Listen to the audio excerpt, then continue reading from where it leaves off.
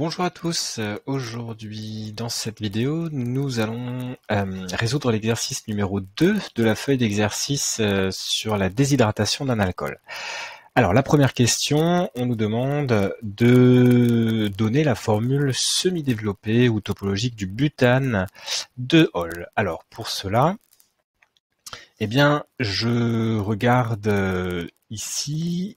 Je vois butane, et donc je sais que j'ai la chaîne carbonée la plus longue comporte 4 carbones. Ensuite, je regarde le 2 ici, ça veut dire que sur le carbone numéro 2, il va se passer quelque chose. Et qu'est-ce qui se passe sur le carbone numéro 2? Eh bien, on va greffer le groupement hydroxyle. Alors c'est parti, je peux dessiner en formule semi-développée le butane de Hall. Donc je fais ma chaîne de carbone avec 4 carbones, 1, 2, 3, 4. Et si je les numérote donc de la gauche vers la droite, 1, 2, 3, 4, je sais que je vais avoir sur le carbone numéro 2 le groupement hydroxyle. Et voilà, maintenant je peux compléter avec des hydrogènes. Donc ici je vais avoir CH3. Alors le carbone là, du coup, il fait déjà 3 liaisons, donc il va avoir simplement un H. Celui-ci, il fait 2 liaisons, donc il va avoir CH2. Et le carbone terminal ici, CH3. Voilà pour la formule semi-développée du butane de Hall. En formule topologique, eh bien, je dessine cette ligne brisée qui représente en fait le squelette carboné. Et donc là, je compte 1, 2, 3, 4 carbones. Donc chaque sommet en fait représente un atome de carbone dans la formule topologique.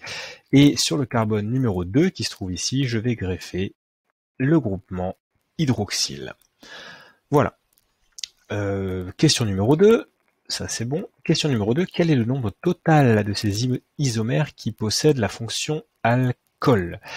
Alors, qu'est-ce que je peux faire pour cette question en fait? Eh bien, je peux dans un premier temps m'intéresser au groupement hydroxyle et je peux le faire bouger. Donc je peux le faire bouger ici sur le carbone numéro 1. Est-ce que je peux le faire bouger sur le carbone numéro 3? Bah non, parce que si je le fais bouger sur le carbone numéro 3, en fait, je vais recommencer la numérotation dans l'autre sens et je vais retomber sur du butane de Hall. Donc, en gardant la même chaîne carbonée,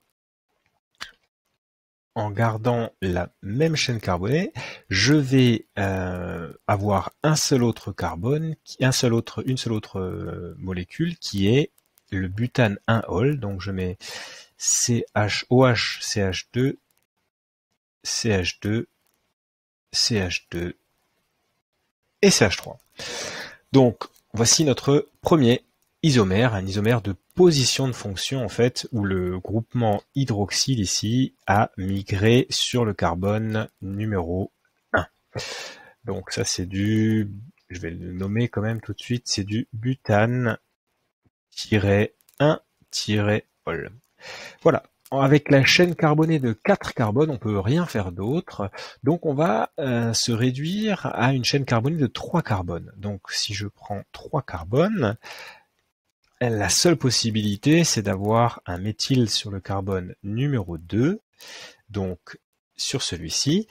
Et maintenant, j'ai le choix. J'ai deux possibilités. Je peux soit mettre le groupement hydroxyle sur le carbone numéro 1, qui serait là par exemple.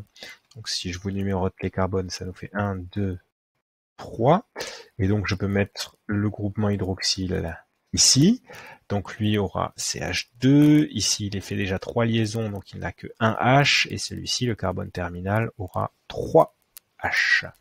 Donc ici, j'ai quoi comme molécule? Eh bien, c'est très simple. J'ai un propane 1-Hall sur le carbone numéro 2, j'ai greffé un méthyle. Donc j'aurais du 2-méthyle, propane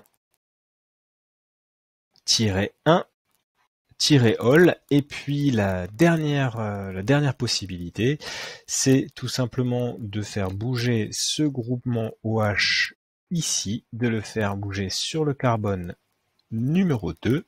Et donc je vais me mettre ici, j'aurai comme molécule la suivante. Donc je commence toujours avec ma chaîne carbonée, donc mon CH3, le carbone ici, le carbone terminal ici, le méthyle sur le carbone numéro 2, et maintenant j'aurai aussi le groupement hydroxyle sur le carbone numéro 2. Donc cette molécule, c'est tout simplement du 2-méthyle. Ça, c'est lui, sur le carbone numéro 2. Propane, puisque j'ai 3 carbones dans la chaîne carbonée la plus longue, -2, -ol.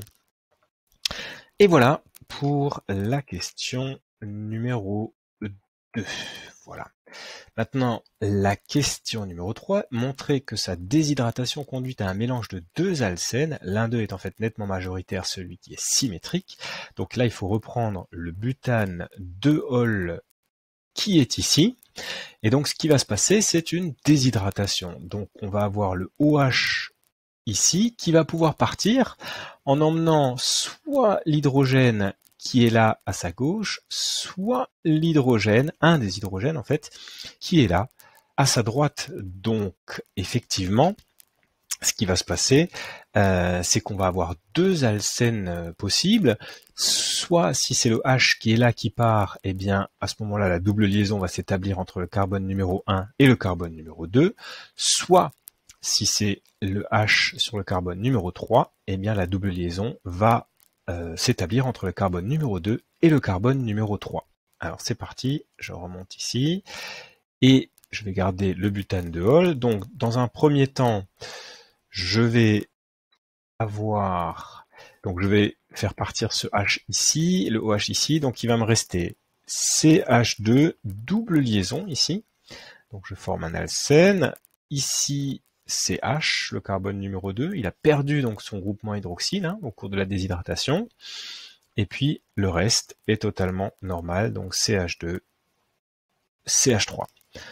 Ou bien, eh bien c'est le groupement hydroxyle va partir en emmenant ici le H du carbone numéro 3, et donc on aura cette molécule que je vais représenter, donc CH3, ici à l'extrémité ça ne change pas, -CH, toujours la même chose, et maintenant je mets la double liaison, et je vais avoir de l'autre côté un CH, il n'est plus CH2 puisqu'il a perdu un hydrogène dans la déshydratation, et un CH3.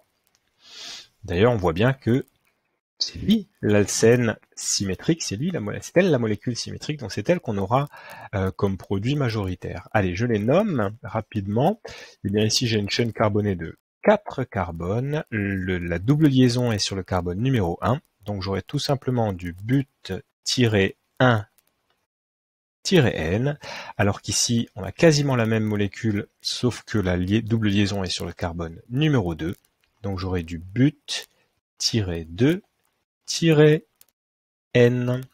Et voilà.